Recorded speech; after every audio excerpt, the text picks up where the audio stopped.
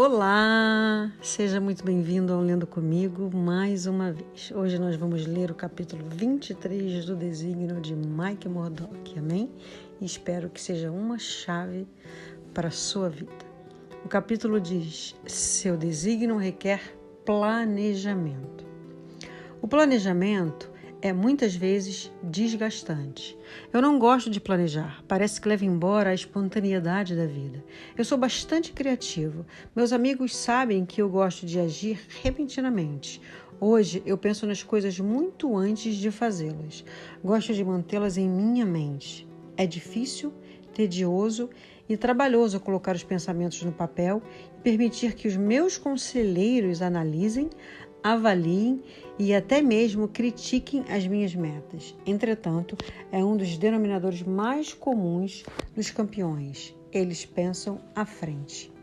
Recentemente, li que o presidente de 200 empresas investia a primeira hora do seu dia para planejar cuidadosamente as 23 horas seguintes.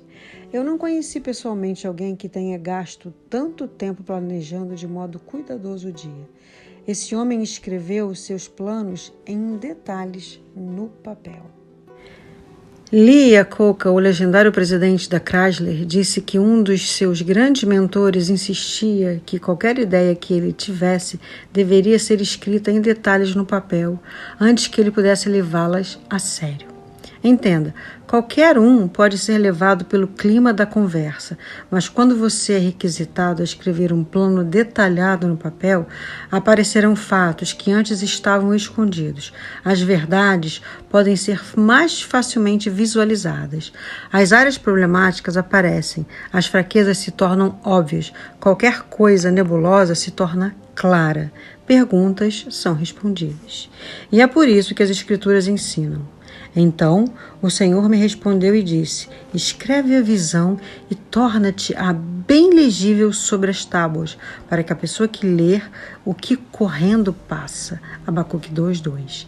Entenda, sua Bíblia é uma coleção de planos. Deus quer que você veja, observe, medite e visualize seus planos.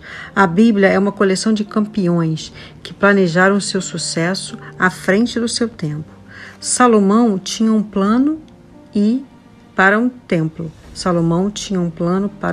Ele era bastante detalhado. Leia isso lá em 3º e 4º capítulo de Crônicas, 2 Crônicas. Noé tinha um plano para a arca. Isso está em Gênesis 6, 14 e 16. Moisés tinha um plano para o tabernáculo. Êxodo 36, 40. Deus tem planos detalhados em relação às ofertas das pessoas. Levíticos 1, 9. 4 recompensas do planejamento. 1. Planejar elimina desgastes nos momentos difíceis de sua vida. Vai ter como a formiga, ó preguiçoso. Olha para os seus caminhos e sê sábio, a qual não tendo superior, nem oficial, nem dominador, prepara no verão o seu pão, na saga junta o seu mantimento. Provérbios 6, 6, 8. Planejar afeta muito as decisões que você toma. Ou qual é o rei que, indo à guerra a planejar contra outro rei, não se assenta primeiro a tomar conselho sobre se com 10.000 pode sair ao encontro do que vem contra ele com 20.000? De outra maneira, estando outro ainda longe, manda embaixadores e pede condições de paz. Lucas 14, 31 e 32. 3. A qualidade da sua preparação determina a qualidade do seu desempenho. Visite um homem diligente na sua obra.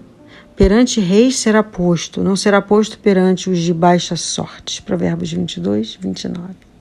Grandes pianistas investem muitas horas em práticas antes de seus concertos. As multidões ouvem apenas o resultado de suas preparações. Número 4. Planejar de forma apropriada garante o término de qualquer projeto. Pois qual de vós, querendo edificar uma torre, não se assenta primeiro a fazer as contas dos gastos, para ver se tem com o que a acabar? Para que não aconteça que, depois de haver posto os alicerces e não a podendo acabar, todos os que virem comecem a escarnecer dele, dizendo: este homem começou a edificar e não pôde acabar. Lucas 14, 28, 30. Os campeões de peso pesado planejam por várias semanas antes da luta. Eles se preparam. Eles sabem que a preparação é a única diferença entre vencer ou perder. Eu frequentemente tenho dito que os campeões se tornam campeões no ringue. Eles são reconhecidos no ringue. Eles se tornam campeões em suas rotinas diárias. Parece que a maioria de nós tem uma influência dominante da mente ou do coração. Existem pessoas voltadas para a mente e pessoas voltadas para o coração. Pessoas voltadas para a mente são metódicas, analíticas e tomam decisões baseadas nos fatos. Pessoas voltadas para o coração são mais sensíveis, mais intuitivas, espontâneas e flexíveis.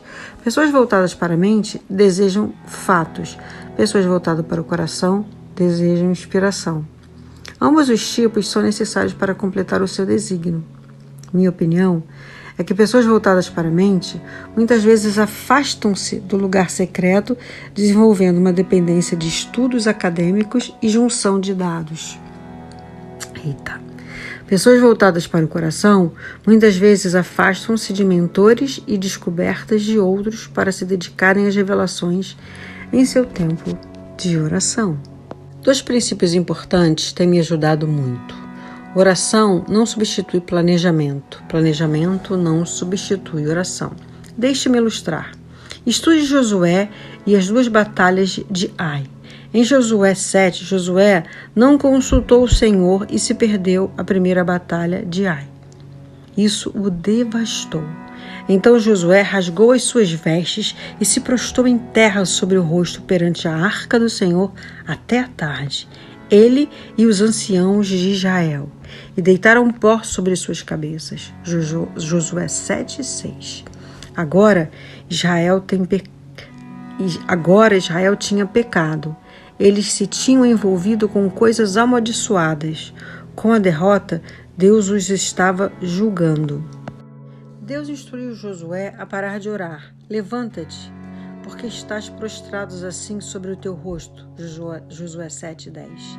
Essa foi uma das poucas vezes que Deus não respondeu ao que ora. O plano de Deus não havia sido buscado. Ele foi ignorado. Obviamente, um dia inteiro de oração não pôde substituir a simplicidade do plano de Deus. Eis que obedecer é melhor do que sacrificar, e o atender melhor é do que a gordura de carneiros. 1 Samuel 15:22. Após o pecado de Acã ter sido revelado e punido, Deus falou novamente. Agora, Josué estava ouvindo. Deus prometeu vitória e novamente reforçou a importância de seguir um plano. Salvo que para vós saqueareis os seus despojos e o seu gado. Põe emboscadas a cidade, por detrás dela. Josué 8:2. Conforme os próximos versos revelam, Josué tinha um plano meticuloso e venceu a segunda batalha de Ai. A oração não substituiu seu planejamento. A oração revelou o plano de Deus. As 7 chaves mais importantes do planejamento. 1. Peça sabedoria a Deus. Leia isso em Tiago 1:5. 2. Mantenha um planejamento diário, um sistema de controle de tempo. Você pode encontrar agendas de planejamento em livrarias ou buscar recomendação de um material similar ou alguém que você admire. E hoje nós temos vários aplicativos no nosso celular para isso, amém? 3. Mantenha o seu planejamento à mão e consulte-o com frequência. Utilizar um planejamento é bastante difícil no começo e pode até parecer um atraso, mas a ferramenta valiosa é necessária para ganhos de longo prazo em sua vida. 4. Escreva-o em detalhes. 5. Siga-o diariamente. 6. Desenvolva uma imagem detalhada do seu objetivo final e conclusão. 7. Mantenha-se flexível para o inesperado e adapte o seu plano de acordo. Leva um instante para recebermos um comando de Deus. Leva a vida inteira para receber os planos de Deus. Eu estou aprendendo a permanecer no lugar secreto após ouvir o comando do Senhor. Quando eu me demoro em sua presença, Ele começa a me mostrar os planos para atingir e concluir aqueles comandos que Ele me deu. Noé ouviu um momento, construa uma arca, mas ele tinha que demorar mais para ouvir os detalhes da construção de uma arca segura e o plano para os seus habitantes. 3 ingredientes que produzem um plano de sucesso. Seu planejamento deve começar com, número 1, tempo no lugar secreto. Aquele que habita no esconderijo do Altíssimo, à sombra do Onipotente, descansará. Salmo 91, 1. O seu tempo no lugar secreto determina sua força no ambiente público. Mas os que esperam no Senhor renovarão as suas forças e subirão com asas como águia. Correrão e não se cansarão, caminharão e não se fatigarão. Isaías 40, 31. Número 2. O seu planejamento deve envolver seu círculo de conselheiros. Melhor é serem 2 do que 1, porque tem melhor paga no seu trabalho. Eclesiastes 4:9. Conselheiros valiosos o mantêm salvo dos enganos. Não havendo sábia direção, o povo cai, mas na multidão de conselheiros há segurança. Provérbios 11:14. Davi, embora sábio, entendia como acessar a capacidade mental e a unção dos outros, dos filhos de Zacar, destros na ciência dos tempos, para saberem o que Israel devia fazer. 200 dos seus chefes e todos os seus irmãos que seguiam a sua palavra. 1 Crônicas 12, 32. Super recomendo essa leitura, viu? Eles realmente eram um povo que sabia entender as estações e os tempos, não só físicos como espirituais. Fica a dica. 3. O seu planejamento deve envolver a consulta constante do mentor da sua vida, o Espírito Santo. Aleluia! Mas aquele Consolador, o Espírito Santo, que o Pai enviará em meu nome, vos ensinará todas as coisas e vos falará e vos fará lembrar de tudo quanto vos tenho dito. João 14, 26. Uma nota para encerrar. Pense a respeito. A ceia das bodas do Cordeiro foi planejada há mais de 6.000 anos. Imagine o esplendor, a majestade e a memória que ele criará.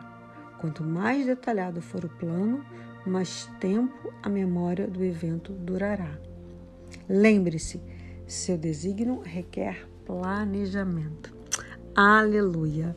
Muito bom ter estado aqui, muito bom poder compartilhar essa leitura riquíssima com você. Quero dizer e pedir desculpa por alguns erros.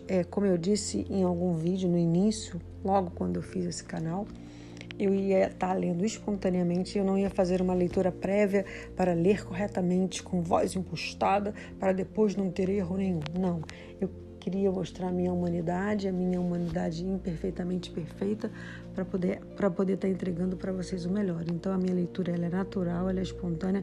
Eu estou lendo para mim e para vocês um livro que mudou muitas coisas na minha vida.